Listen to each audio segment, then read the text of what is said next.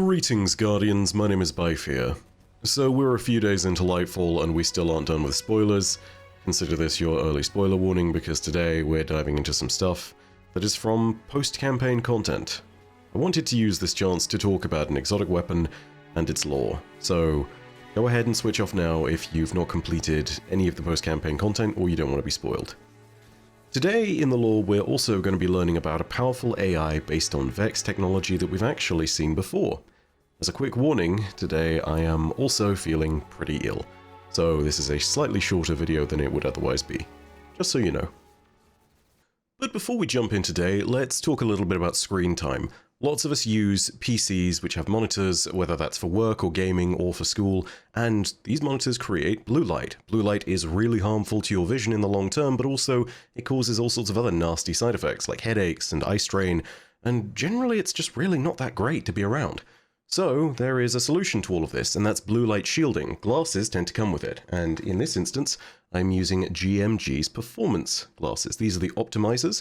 I like them because they help me live out my dream of looking even more like Train Kid.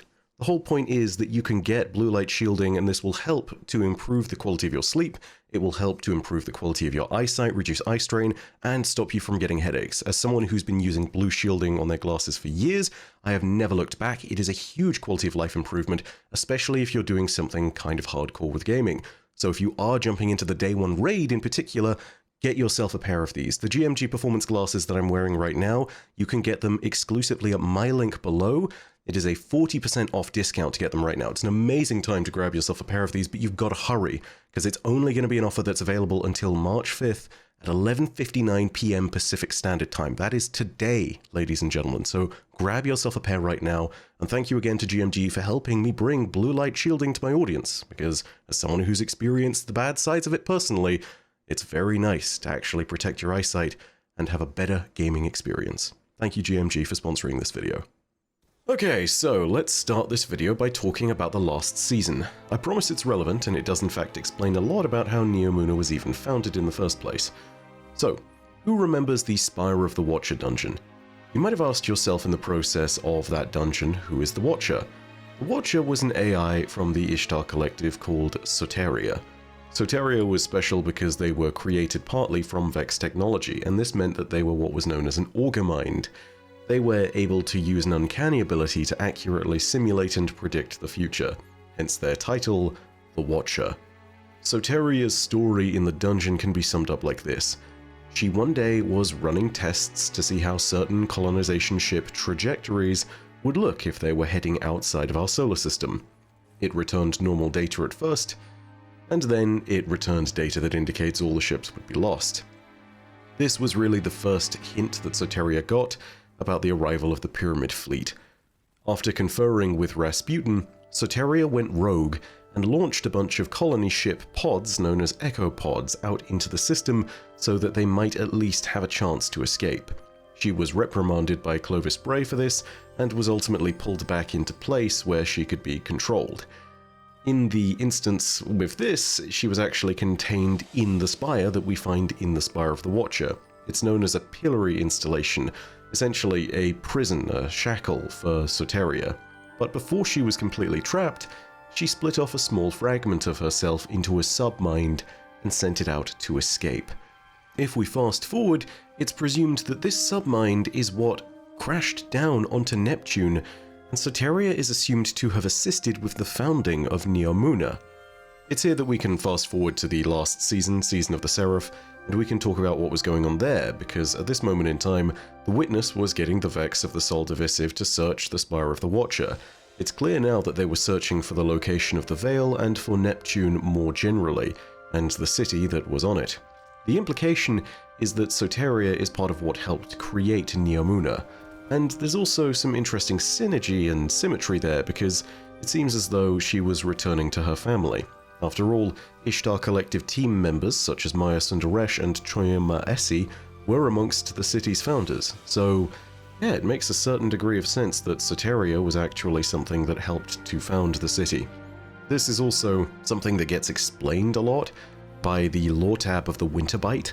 Essentially, I'm summing it up really briefly, but they attach onto what seems like a Vex signal from all of this, and when you actually take a look at the lore tab of it, it seems as though this Vex signal might well have been Soteria's Echo Pod, and by doing so, they're able to send out a signal that convinces attackers during the collapse that they are in fact a Vex ship, and it seems as though this is what allowed them to safely land on Neptune and evade all of the forces of the Witness during the collapse. Now, to skip over a bunch of bits and pieces of lore that are important but also will be relevant in other videos, this is also all related to the first Cloud Strider, who went by the title of Strider. We first learn about them in the Neomuna Hall of Heroes, and this is where the second half of Soteria's story really begins, because as you go through and restore all of the heroes, each monument that is restored makes it clearer that the Cloud Striders were hiding something.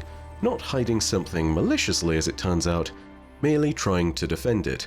The shocking twist to all of this comes when it's time to rebuild Strider's monument, and then it turns out that the thing they're hiding is a Vex. Kind of. This memorial is crap. Looks like you've been busy. Let's see what the Shadow Legion knows about the Vex operation. Huh.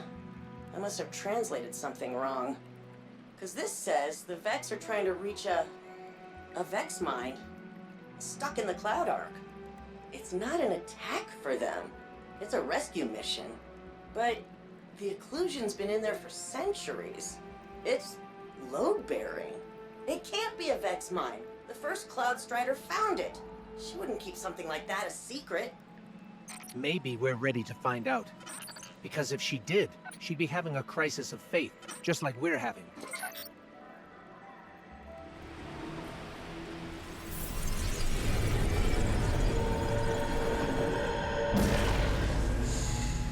Oh, it's okay. I'll keep you safe. Just rest. It doesn't sound like Strider was talking to a Vex. It sounded like she was talking to a child. A scared child. You're telling me the occlusion is a Vex mine? But what, it's a baby?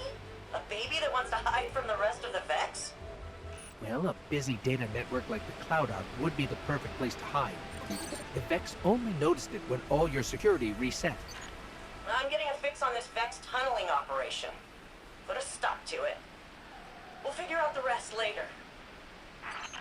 So yeah, much as Quinn is not happy about the idea whatsoever, we then go ahead and investigate Maya's retreat, where the Vex are trying to infiltrate the Neomuni systems.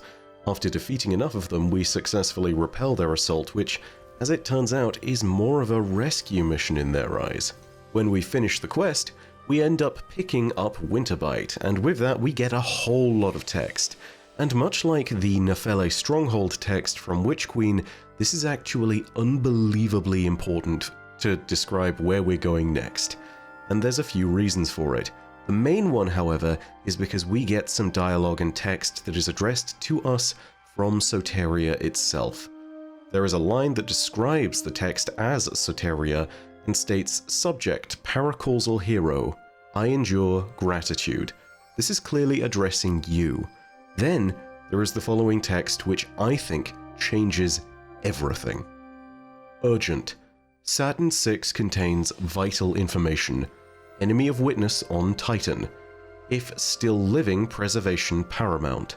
Do not waste time.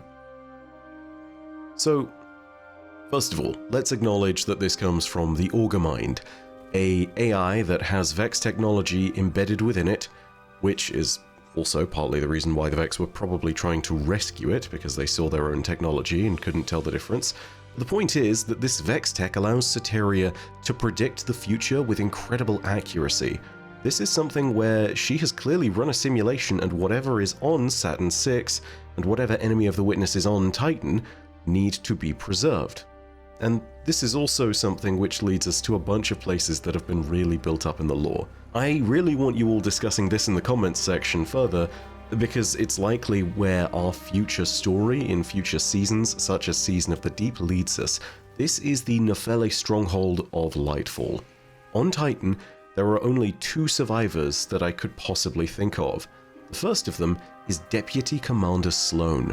who was capable of potentially surviving after the season of arrivals ended up pulling Titan into wherever the witness pulled it, and the reason for that is because she was able to find a powerful set of armor that might have allowed her to persist, a combat suit that was capable of gifting her immense strength. The second potential survivor, and the more terrifying option, is whatever worm-like creature exists beneath the waves on Titan. If either of them is still alive, and if the worm is capable of speaking, then it's almost certain that they've got some kind of intelligence on the witness that makes them worth investigating, especially if Titan is returned to us after having been pulled out from the system momentarily.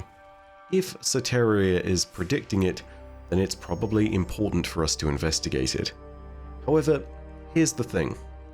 The message says Saturn 6, and I'm really hesitant to mention this, but I'm going to. And the reason I'm saying that is because I've got this wrong before. This specific detail that I might be touching on is one that I've got very wrong before. So, here's the thing.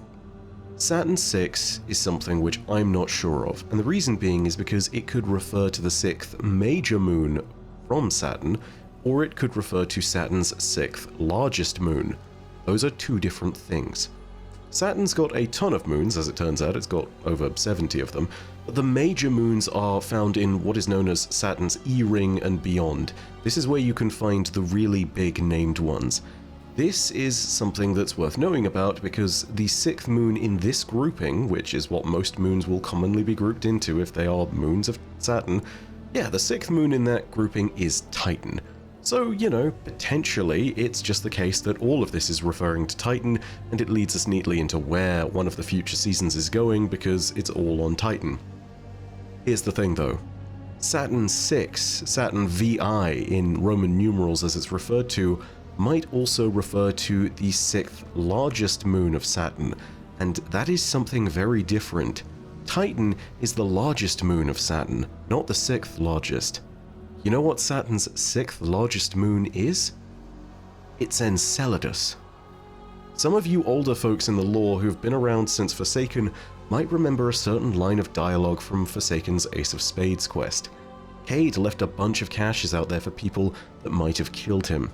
For Petrovenge, he left a message saying that something was hidden on Enceladus. Now here's the thing. When I made lore about this years ago previously in this quest, I stated that this might be where the Deepstone Crypt is. This was me linking two messages that Cayde had put out there together, and inferring that they were linked, but it turns out that that is not the case. The Deepstone Crypt, of course, is on Europa, which is a moon of Jupiter, not Saturn. More importantly than all of this, it's something where Enceladus has remained a mystery.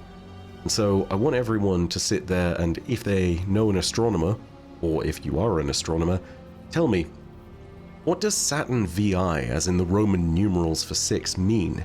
Is that the 6th object from Saturn as far as orbital major moons are concerned? Or is that Saturn's 6th largest orbiting body? Is that Enceladus or is it Titan? I'm not sure which, but the answer could really change the dynamic of all the story that we're about to receive. So, with all of that being said, thank you so much for watching. Apologies again that it's a shorter video, but I imagine that this is going to be enough to kick off a bunch of conversation within the video's comments section, so yeah, discuss it below, tell me what you think. If you want more Destiny lore, go ahead and hit subscribe and the bell next to subscribe to turn on those email notifications, and if you enjoyed the video, go ahead and leave a like.